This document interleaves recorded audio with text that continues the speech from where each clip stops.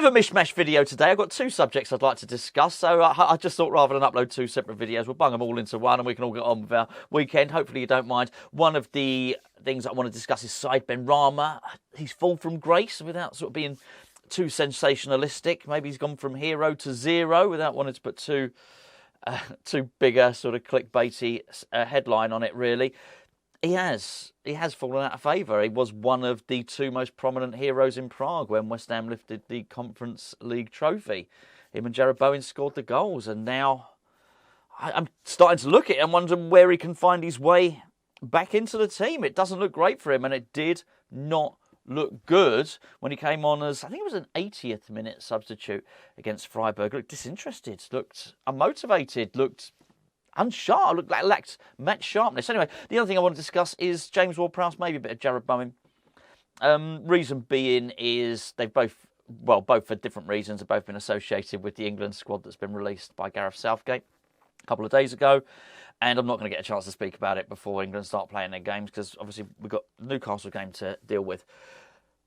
I think, first of all, what I would say is, do I think James Ward Prowse deserves to be selected for England? Yes. Do I want him to? No. But that's just me being sort of partisan and being selfish and being a little bit paranoid, really, because Jarrod Bowen has been called up. And I suspect, I'm worried. I worry that he's going to get injured, right?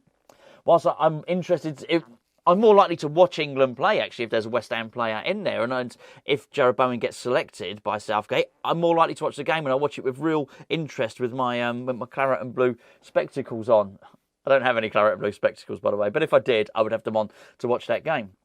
But the whole time, I'd be willing him to do well, but I'd be worried that he would get injured. So for that reason, I'm not too concerned that James Ward Prowse hasn't been selected, because I think, well, he'd just go there and get injured. Maybe a little, as I say, maybe a little bit overly paranoid on that one. I think the other thing, they're two slightly different situations with me when I'm thinking about it. When I think about James Ward Prowse going to England, I'm not worried about James Ward Prowse's future at West Ham. He's just joined. I am worried about Jarrod Bowen's future at West Ham, though, as you know.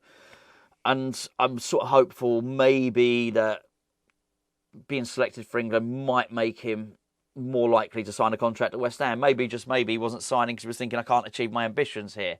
But I think, if you're at West Ham, you're winning trophies, which he's just done, you're in contention for trophies, and you're getting selected for the England squad, maybe, just maybe, it might make that little percentage of difference that might help him sign a contract. So I'm pleased he was selected, and he deserved it. They both deserved it. But I've got to say, with Ward Prowse is an absolute machine. He is a machine. And if Gareth Southgate feels that he can do without that, then fair enough. But when I look at the squad and the squad he's selected, I'll just deal with the midfielders. Jude Bellingham, I mean, who can have any complaints about that? This is probably the best player in the world at the moment. He's an amazing, amazing footballer. In fact, it's a damning indictment on Gareth Southgate that during the last round of international fixtures in September, during the first game, he played Jude Bellingham on the left. Come on, Southgate. We've seen all this before. We've done it. You don't do that with your best players. Honestly, I was watching it thinking, it reminded me of Paul Scholes being shoehorned in on the left wing for England. Do we not learn from our mistakes? What they say, those who don't learn from history are destined to repeat it. And I just think, come on, learn from that and do that. Fortunately, I think he's moved him back into the middle. He's got to be one of the first names on the team sheet and in his chosen and preferred position. So Bellingham, no complaints. Conor Gallagher's in there. Look, Conor Gallagher is a decent player, but is Conor Gallagher in better form than James Ward Prowse? No, because it's not Conor Gallagher that's taken the limelight in terms of when people speak. And I do think the wider media have spoken about James Ward Prowse not being included, but they talk about Jordan Henderson and Calvin Phillips.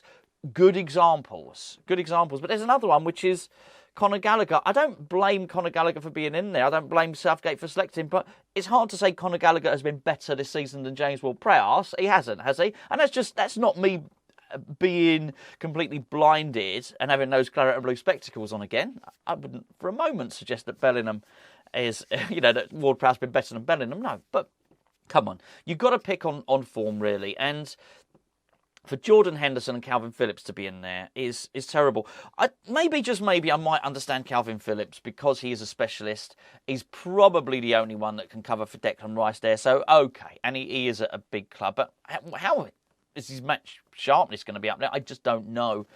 But I understand it. I'm not going to argue with that one. But Jordan Henderson is not a flamboyant player. Jordan Henderson doesn't bring anything that nobody else can do.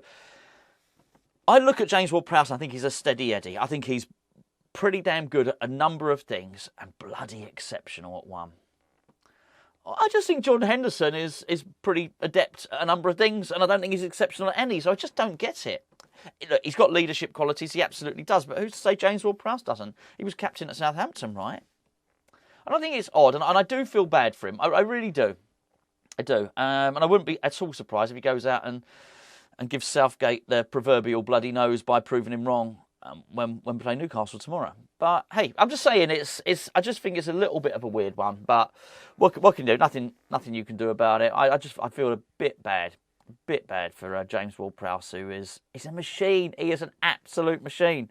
And sorry, final word on it. I think if I was a manager, would I pick James Ward Prowse and put him in my first team? I wouldn't, but I'd have him on the bench because you know why you'd have him on the bench, because that David Beckham moment, right? David Beckham moment against Greece. That's what you'd be looking at. That one guy that can come off of the bench, and it's like a kicker. It's like a kicker in gridiron in the NFL, right? That specialist who, when you need it, can come off the bench. You bring him on if you're behind in a game and you're trying to throw everything at it. He can do the job. He can do just as good a job in central midfield as Jordan Henderson, but he can also bring that other stuff as well. Makes your corners deadly, doesn't he? So anyway, just my thoughts on that. Saïd Benrahma is a concern. No doubt about it at all. Big concern for West Ham. Big concern for Saïd Benrahma. Actually, bigger concern for Saïd Benrahma than it is for West Ham. It's amazing how quickly he's slipped down the pecking order. He managed to get himself into prime position and was our first choice left winger. It took him a long time to gain David Moyes' trust, didn't it? And then towards halfway through last season, maybe, he was the guy. He was the number one guy. Moyes had stopped using Pablo Fornals and obviously Maxwell Cornet, we've discussed numerous times on this channel. We know what happened to him. So Benrahma was the main man on the left wing. He had it all to himself. Scored the penalty. And I thought, finished the season pretty damn well. And there's no way he would have thought that he would find himself in the position that he is so quickly into the season. And I just want to make the point here. I think he's slipped down to third choice left wing. That's really quite some drop.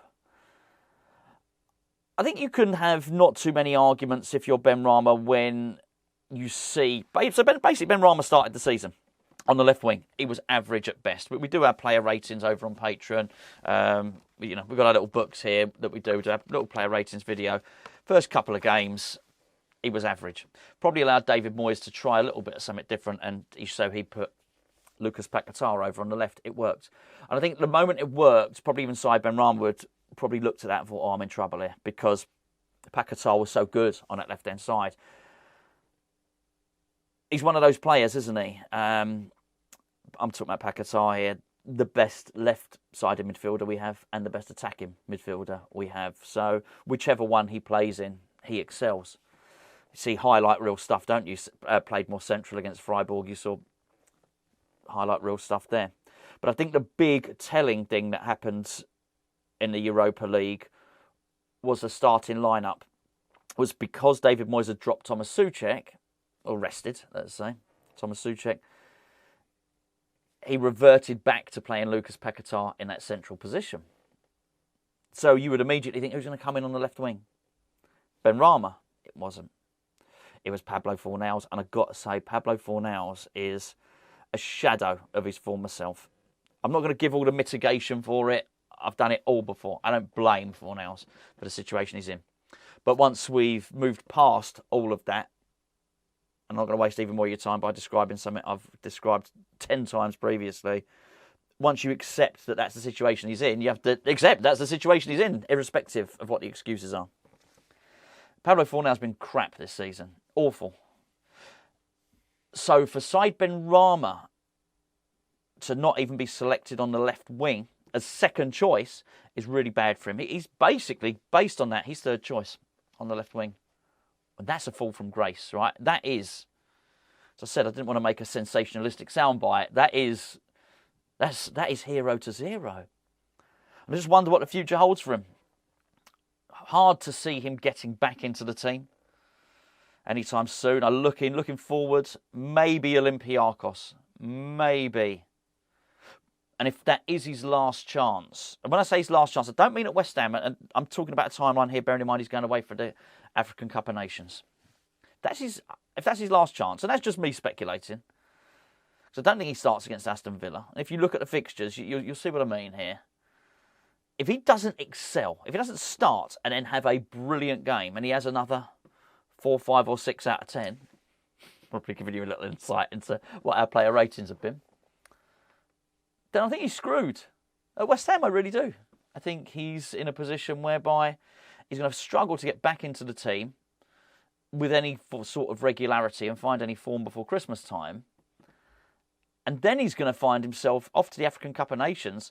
David Moyes is going to be looking for other options, other solutions. Maybe someone that gets signed in January. Oh, that's a video for another day. We'll look at that, what David Moyes is going to do, because he's losing Kudus as well. So, you know, 2 attacking midfielders, whatever you want to call them, wide attackers, whatever the case may be. He's going to have to find something else to do there, isn't he? I just think we get to that, and then mid-February, Said Benrahma comes back.